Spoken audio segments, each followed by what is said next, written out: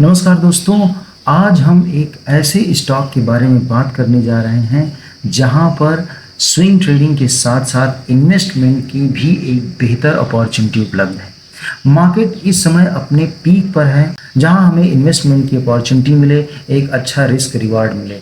लेकिन इस peak time पर भी जब मार्केट ऑल टाइम हाई है, उस समय भी मार्केट में एक ऐसा स्टॉक उपलब्ध है जो अपनी इंडस्ट्री का लीडर है, जिसके फंडामेंटल बहुत ही स्ट्रांग है, जिसके पीछे की स्टोरी कंजम्पशन बेस्ड है और अभी भी वो फेयरली प्राइस्ड है। उसमें हम इन्वेस्टमेंट भी कर सकते हैं, उसमें हम स्विंग ट्रेडिंग की अपॉर्चुनिटी भी देख सकते हैं और ये बेहतरीन मौका है एंट्री के लिए। आप इस वीडियो में पूरे बने रहें। हम आपको उसके फंडामेंटल एनालिसिस करेंगे, उसकी टेक्निकल पैरामीटर भी समझेंगे, कहाँ एंट्री की जा सकती है, कहाँ एग्जिट हो सकती है, किस पॉइंट पर हम स्टॉप लॉस लगाएं, क्या टारगेट तय कर सकते हैं, उसका कंपटीशन किसके साथ है, साथ ही साथ इंडस्ट्री का आउटलुक क्या है। ये सारी चीज़ें फंडामेंटल और टेक्निकल हम सब देखेंगे। और हम बात कर रहे हैं दोस्तों एशियन पेंट्स की। जी हाँ दोस्तों, ये मार्केट का लीडर है, पेंट इंडस्ट्री का ये लीडर है। लगभग 60% मार्केट शेयर इसके पास है। बाकी सारे मार्केट प्लेयर 40% मार्केट के साथ ऑपरेट कर रहे हैं। ये 60% मार्केट शेयर के साथ अभी मार्केट में है। अभी 2024 की ब्रांड रिपोर्ट है जिसमें हम देख सकते हैं कि एशियन पेंट लगभग 59% के साथ ऑपरेट कर रहा है। बर्जर पेंट 18% है। कांसाई नैरोलेक 15% है। मतलब जो डोमिनेंट प्लेयर हैं 80% मार्केट उन्हीं के पास है। बहुत सारे नए प्लेयर भी इस मार्केट में आ रहे हैं, जैसे बिरला ग्रुप का ओपस पेंट अभी इंट्रोड्यूस हुआ है मार्केट में। कुछ और भी कंपनी है जैसे कामधेनु है, ब्रिटिश पेंट्स हैं, लोकल लेवल पे शालीमार हैं। ये लोकल प्लेयर भी मार्केट में अवेलेबल हैं जो लोकल कंपटीशन देते हैं। फिर भी एशियन पेंट्स एक जगरनॉट है, इस इंडस्ट्री का महारथी है। ये कई सालों से इसने लोगों को वेल्थ जनरेट करके दी है। अगर आप देखोगे इसका लॉन्ग टर्म चार्ट हमने लगाया हुआ है, ये मंथली टाइम फ्रेम है। आप देख सकते हैं कि ये लगातार वेल्थ जनरेट करके दे रहा है। जितने भी शेयर होल्डर हैं उनको इसने कई गुना रिटर्न दिए हैं। तो ये ऐसा प्लेयर है जो टेक्निकली देखा जाए तो कभी डीप करेक्शन में अभी तक गया ही नहीं है, क्योंकि स्टोरी इसके पीछे की इतनी स्ट्रांग है। नए घर बनेंगे वहाँ पेंट की ज़रूरत है, पुराने घर में भी रिनोवेशन होता है वहाँ पर पेंट की ज़रूरत होती है। नई डिमांड के साथ साथ पुरानी डिमांड भी, रिकरिंग डिमांड भी इनके पास है। और अर्बनाइजेशन बढ़ रहा है, लोगों के पास घर की डिमांड बढ़ रही है, डिस्पोजेबल इनकम बढ़ रहा है लोगों का। ये सारा पैसा हमारे लिविंग स्टैंडर्ड पे खर्च होता है और लिविंग स्टैंडर्ड जैसे जैसे बढ़ता है लोगों के घर को बेहतर बनाने की इच्छा हमेशा रहती है। हर आदमी अपना एक घर चाहता है और घर रहेगा तो पेंट होगा ही होगा। तो इनके पीछे की जो स्टोरी है वो कंजम्पशन बेस्ड है, इसलिए ये हमेशा ही वेल्थ जनरेट करके देता रहा और आगे भी इसके फ्यूचर भी बहुत अच्छे हैं। अगर हम देखें तो पेंट इंडस्ट्री में पेंट इंडस्ट्री का जो मार्केट है वो ये कह रहा है कि इसका जो CAGR ग्रोथ है वो लगभग 9% के आसपास है। यहाँ पर देखेंगे अगर ये जो ग्रोथ रेट है वो लगभग 9.5% के आसपास है। पेंट इंडस्ट्री जो है कंपाउंडेड एनुअल ग्रोथ उसकी 9.5% के आसपास है, जो 2023 से लेकर 2028 तक बरकरार रहेगी। इसका मतलब है हमारा 4-5 साल का होराइजन अभी बहुत अच्छा है। और उसमें आप किस पर बेट करने जा रहे हो? उसमें आप बेट करने जा रहे हो इंडस्ट्री के लीडर पर, एशियन पेंट। जो इंडस्ट्री ही 10% के कंपाउंडेड ग्रोथ से बढ़ रही है, उस इंडस्ट्री का लीडर तो उसका सबसे बड़ा बेनिफिशियरी होगा। अगर हम इसके फंडामेंटल्स पे जाकर देखें तो हमें पता चलता है कि इसकी जो रिटर्न ऑन कैपिटल इन्वेस्टमेंट है वो लगभग 37% है। ROE रिटर्न ऑन इक्विटी 31% के आसपास है, जबकि इसका P 50 है और इंडस्ट्री का P भी 50 के आसपास है। मार्केट का P एवरेज P 48.9 और जो इंडस्ट्री का लीडर है, मार्केट का लीडर है, उसका P भी 50 के आसपास है। मतलब अपनी वो इंडस्ट्री में डोमिनेंट है, फिर भी इंडस्ट्री के जो वैल्यूएशन है उसके ही आसपास उपलब्ध है, फेयरली वैल्यूड है। और हम नीचे डिग करते हैं तो हम ये देखेंगे कि जो बर्जर पेंट है इसका पी भी 50 है, लेकिन इसका रिटर्न ऑन कैपिटल देखो तो 27% है। जबकि इससे 10% ज़्यादा है एशियन पेंट की, 37% है। इसका return on equity 23% Berger paint की है और रिटर्न ऑन इक्विटी 31% है। अगर हम यही ऑपरेटिंग प्रॉफिट मार्जिन देखें बाकी सारे प्लेयर की देखो तो 15, 16, 13, 15, 18, 16, बर्जर पेंट सबसे पास जो 16 है, फिर उसके बाद इंडिगो पेंट्स 18 है, लेकिन इसकी ऑपरेटिंग प्रॉफिट मार्जिन 21% है। मतलब ऑपरेशन में भी ये बहुत ही बेहतरीन परफॉर्म कर रहा है। इसके जो प्रोसेस है, इनका जो इंटरनल प्रोसेस है वो भी बहुत रिफाइंड है। इतने दिनों की लेगेसी है, इनका जो मैनेजमेंट है वो बहुत बेहतर है, इनका डिस्ट्रीब्यूशन नेटवर्क इतना बेहतर है, इस वजह से इनका ऑपरेटिंग प्रॉफिट मार्जिन भी इतना बेहतर है। ये बहुत ही डोमिनेंट प्लेयर हैं इस मार्केट में, इसी वजह से अपनी इस डोमिनेंस को बरकरार रख पाएँ क्योंकि इनका इंटरनल और एक्सटर्नल स्ट्रक्चर, जो इनका मसल पावर है मार्केट में, जो डिस्ट्रीब्यूशन नेटवर्क है वो बहुत बेहतरीन है।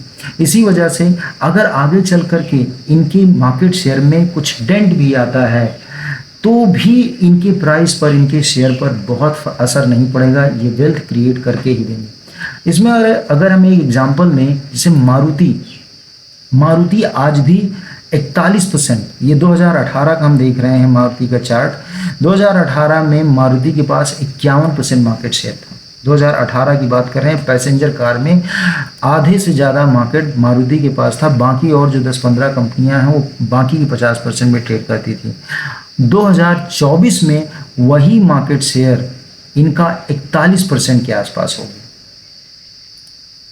2024 में इनका मार्केट शेयर 41%, 10% मार्केट शेयर इनका कम हुआ। वो गेन हुआ टाटा, महिंद्रा, इन लोगों ने मार्केट शेयर अपना इंक्रीज किया, फिर भी मारुति आज नंबर 1 पोजीशन पर है।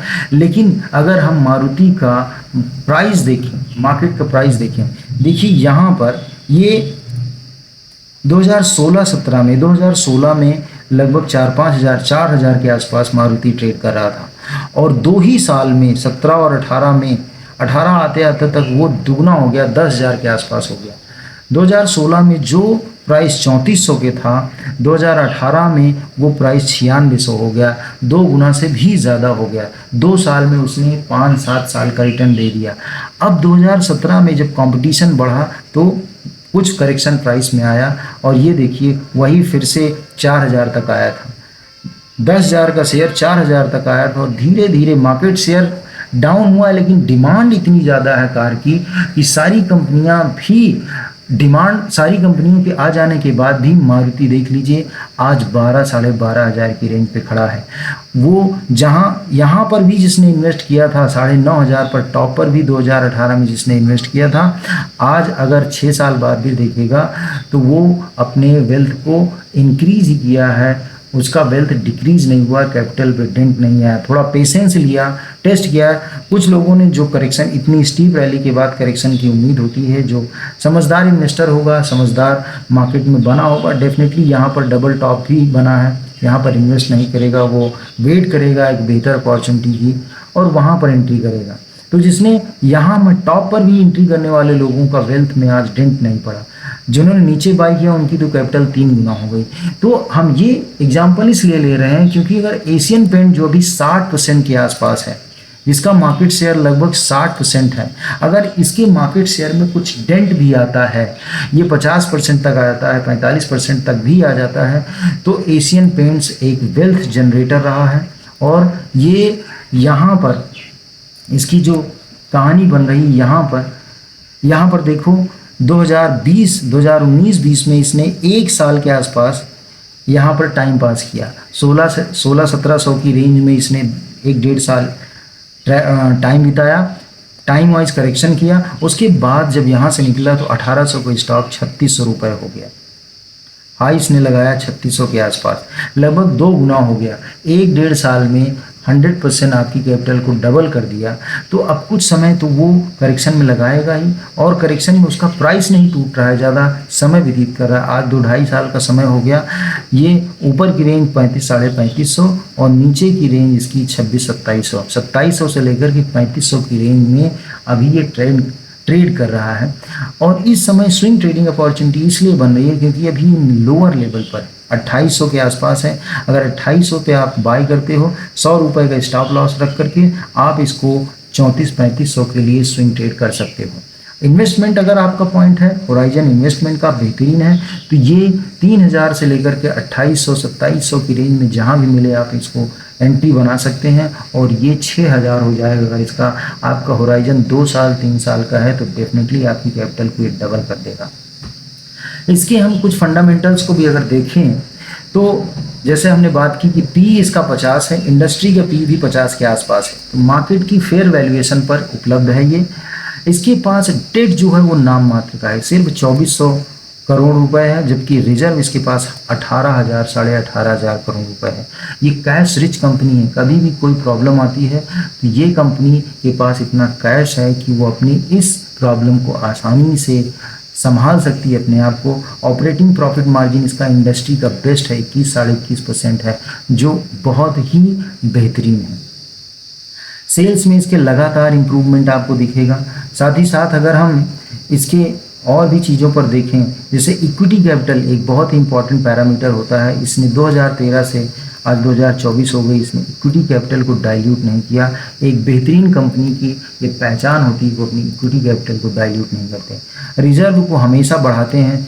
देखिए 2013 में जो रिजर्व 3000 था वो आज 2024 में 18,000 हो गया। 10 साल में इन्होंने 6 गुना 600% इन्होंने अपने रिजर्व को बढ़ाया है।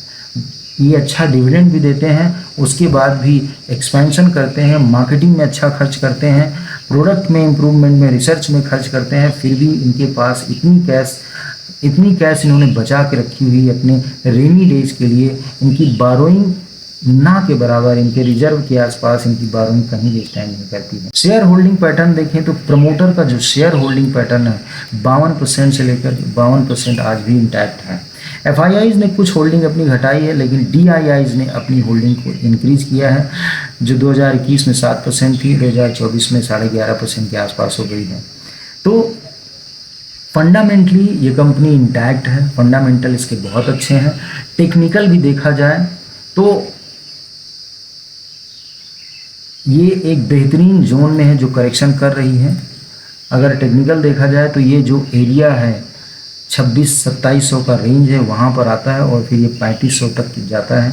स्विंग ट्रेडिंग में बहुत अच्छी अपॉर्चुनिटी दे रहा है, 1:5 का रिस्क रिवार्ड बन रहा है। और हम टेक्निकली अगर हम स्विंग ट्रेडिंग नहीं करते हैं, हम इन्वेस्टमेंट पॉइंट ऑफ व्यू से देख सकते हैं तो 2700-2800 की रेंज बहुत अच्छी एंट्री है। इसमें 6000 तक के टारगेट हम अगले 2-3 साल में, 2.5 साल में देख सकते हैं। तो दोस्तों अगर ट्रेडिंग में आप परेशान हो गए हैं, ट्रेडिंग में पैसा नहीं बन पा रहा है, 2-3 साल लगाने के बावजूद भी अगर नेट में आप प्रॉफिटेबल नहीं हैं, अपनी कैपिटल का 80% आप इन्वेस्टमेंट में लगा सकते हैं। यहाँ से 15 से 20% निकालना बहुत आसान है। अगर आपको स्टॉक सिलेक्शन पता है, उसकी प्राइस, उसकी एंट्री एग्जिट पता है, तो 20% का रिटर्न आप स्टॉक में इन्वेस्ट करके 2-3 साल में का होराइजन रख करके, साल भर का होराइजन रख करके स्विंग ट्रेडिंग के माध्यम से, इन्वेस्टमेंट के माध्यम से आप 15 से 20% निकाल सकते हैं, जो कि एक बहुत ही बेहतरीन रिजल्ट है। जब आप किसी अच्छे इन्वेस्टर या ट्रेडर से बात करते हैं, अच्छे ट्रेडर से बात करते हैं, तो उनका टारगेट भी साल का 15 से 20% ही होता है।